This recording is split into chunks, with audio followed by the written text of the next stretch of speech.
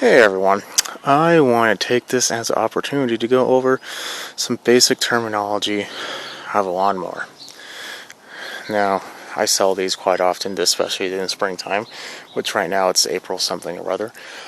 And to be honest, I could probably quit my full-time job for a whole month and probably make more money doing this than anything else. But this is a hobby, believe it or not, so I don't. But I do sell a lot of these, and I've noticed when running across a couple people when they come and buy one that I don't want to say are confused by the terminology, but I deal with these so often that, I say some stuff and they may or may not know what it means. So I want to take this as a learning experiment for the both of us. And Miss P&W said that she thought it was a good idea for this video, and I agree. So, take either one. Anyway, okay. So this is my personal one. It's a Toro recycler. Has a mulching blade. It's self-propelled. It has something called a personal pace, which, yeah, there we go. This one is not mine. Well, it is, but it's not my personal one. It is a Craftsman Briggs & Stratton engine, push mower, also with a bag, and they get the same thing done, but they do it a little bit differently. So, first things first, what does push mean? Push means neither set of the front wheels or neither set of the back wheels are propelled. You have to push it. Now, if it's a level ground, it probably won't matter. If it's going uphill, it's going to be a little bit of a workout. Going downhill, probably wouldn't matter. But it's cheaper. A lot less things go wrong with them. They're simple machines. There's very little going on up here. However, being self-propelled, there's various different types of self-propelled mowers. Mine is a rear wheel, so these pull it. I like that better for the fact that when the front ones are the drive, if it hits a bump, it kind of makes a kind of shift a little bit because one wheel's turning, one wheel's not.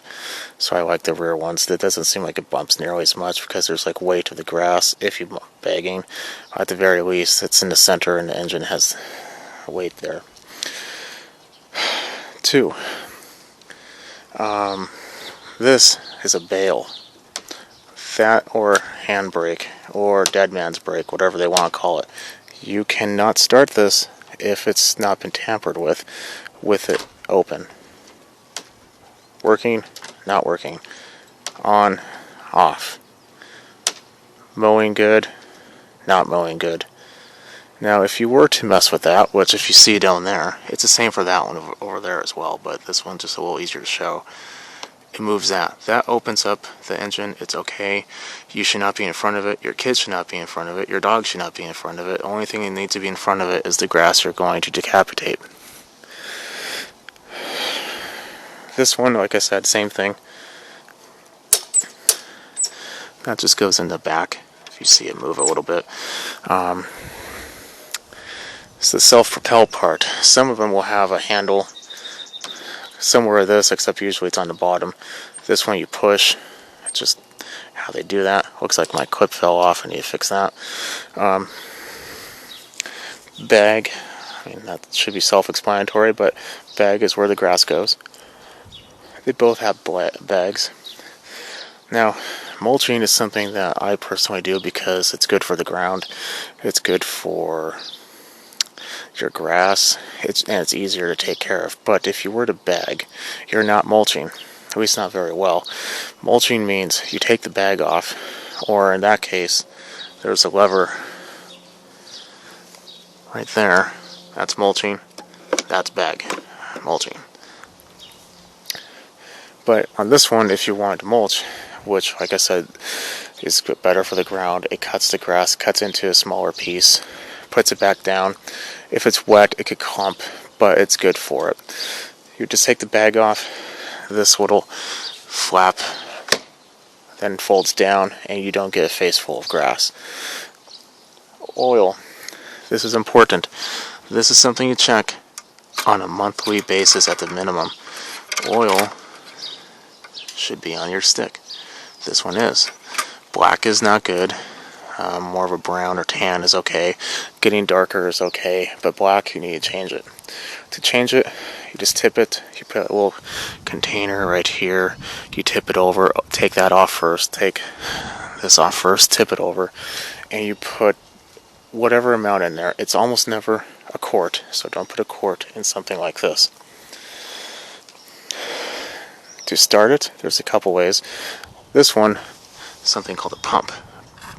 You pump it, and it shoots fuel into the motor to start it. This one is a choke. That one you don't do anything except pull the handle and pull the cord. The choke basically forces the engine to suck fuel very strongly through the carburetor compared to when it's running. It will suck at a normal rate. Some choke are manual, some choke are automatic. This is automatic. That one's obviously a lot easier. If yours is manual, you turn it to choke, and then you turn it off once it starts running, and that's a fairly immediate process. If yours is only able to run on choke, then you need to get it serviced. That's not how it's supposed to be. Air filters. This one's right here. In here there's a spongy type material. It needs to have oil. If yours has a spongy type material, put oil in it. This one and Hondas are the same. There's that little blue filter in here. I can't see it because it's dirty now, but there's a filter in there. 5/16 takes it off. You open it up, take a look at it. If it looks like the ground you're mowing, you probably need to get a new one. And those are cheap. Any hardware store will have them. Put it in, and that's it. That will prolong the life of your mower. The blade. Now, because I'm recording, I'm not going to actually do it. But if you're going to sharpen your blade, which is a good idea. I do it every week. But always disconnect your spark plug. Because if you don't, and you start to mow, or you start to move the blade to get it to a position where you're able to take it off, assuming you are taking it off, which you should never sharpen on the machine. That's how you get wobble. But if you take it off, you're trying to take it off, and it happens to spin, catches the motor at the right time, it could go off, and your blade will then be spinning with very uneasy distance to your hands. So, like I said, that's not good. Height adjustments, some of them have these little handles on the front and back. This one only has one on for each wheel.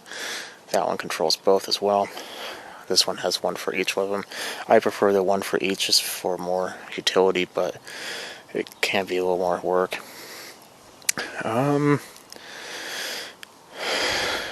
Starting, handle down, pull that cord. Well, something you do want to do to make sure is you want to look at it. I mean, you can tell if this one's in good condition, but if you start seeing frays or starting to rip, don't do that. That's how you break it, and then it becomes much more of a project to fix it. Just start fixing it. Just know you have to do it.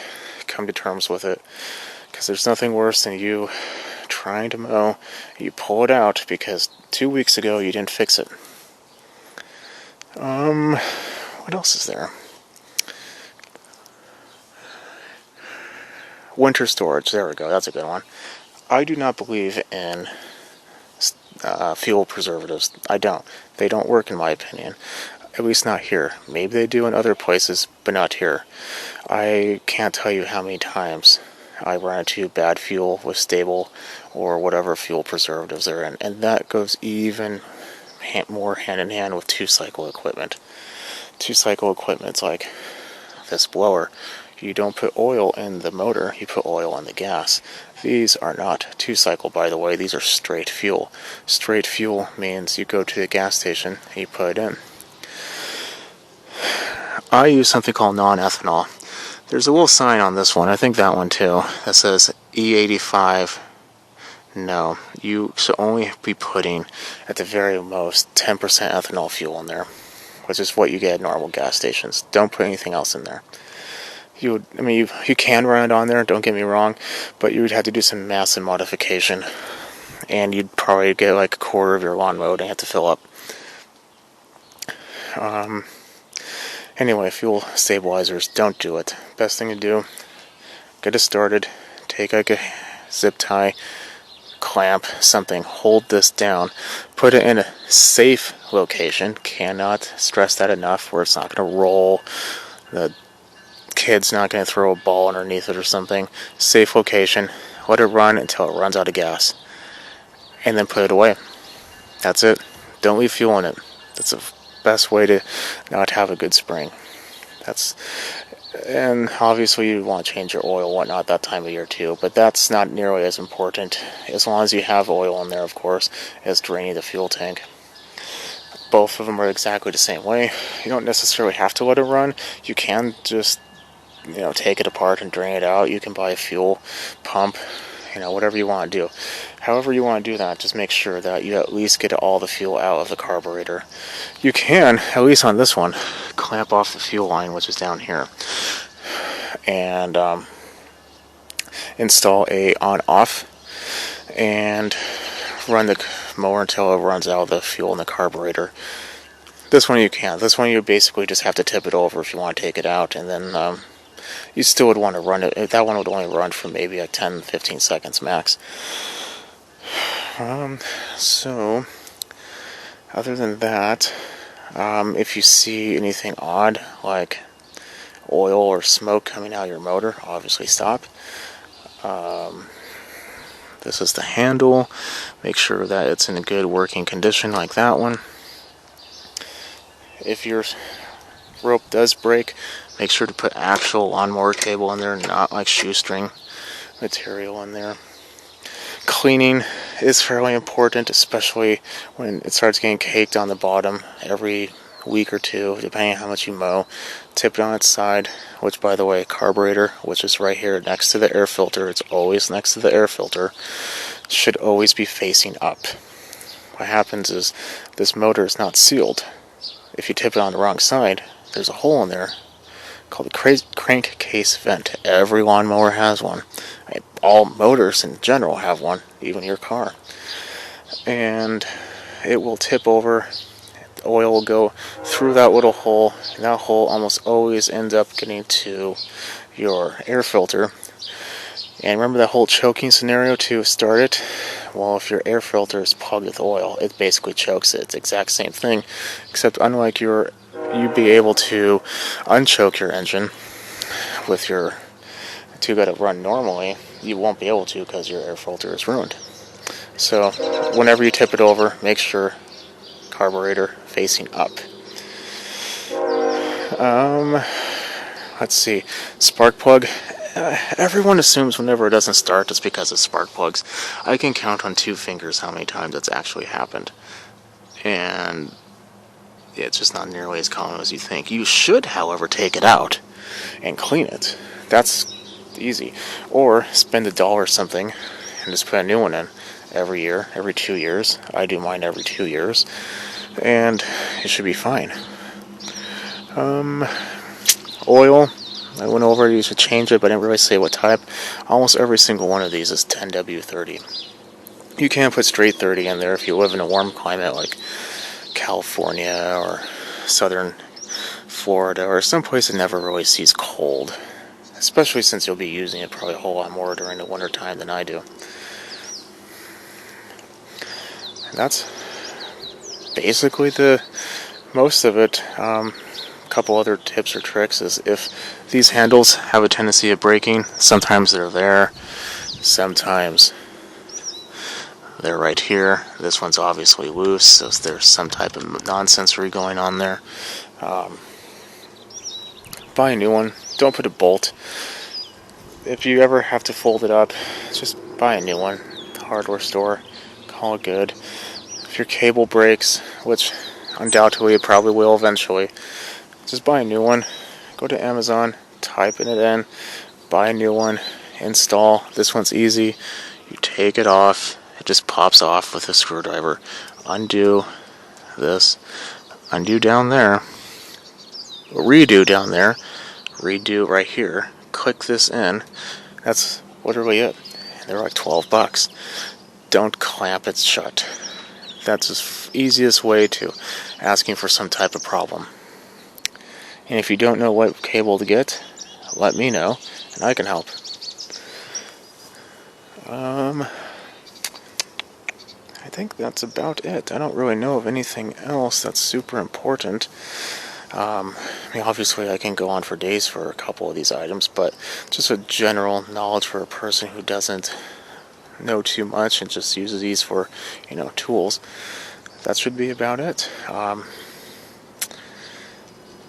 I guess I could say something else too. There is something called side discharge that kind of goes along with the mowing or the mulching part of it. So certain mowers, like I said, are designed for mulching. This one is, because it even says it right there. But not all mowers are, and not all mowers can side discharge. If you open this up, that's now a side discharge. There's usually a little attachment that goes in there to hold that open. And then what it does is it shoots everything out to the side. And that can be good, it can be bad, depending on if you can control where you're shooting it. But I don't really like doing that because what's the point? You might as well just be mulching. This one is a non-side discharge. You don't want to cut into that, that's for sure. But this one, I do believe it does have a mulching blade on there. If you are ever confused on what type of blade you have that's mulching or not, they usually have it's straight and then somewhere along the way it kind of bends. And then there's another cutting edge, and then it goes straight again to the center of the blade.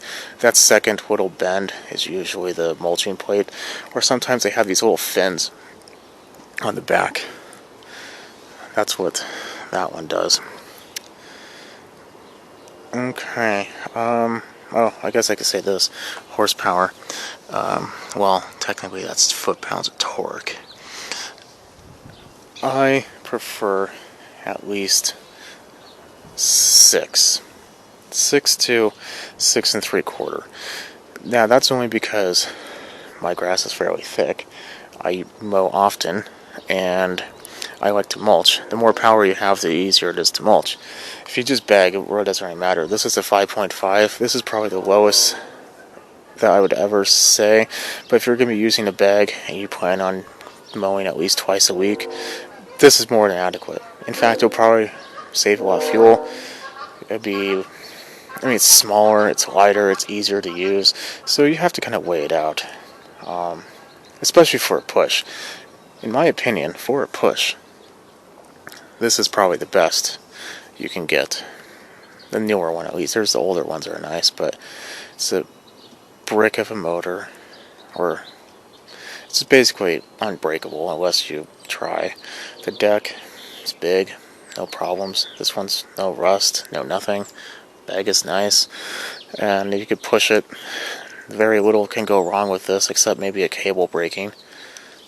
It's a good, no thrills, but high durability and high reliability mower. Going a little higher, if you were to, need a self-propel, you do have to realize eventually you will have to get a new belt.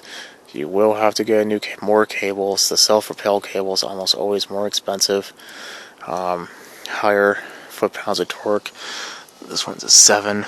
You're going to be using more fuel, but if you need it, you need it. Okay, well, I do believe that is the end of my little spiel here.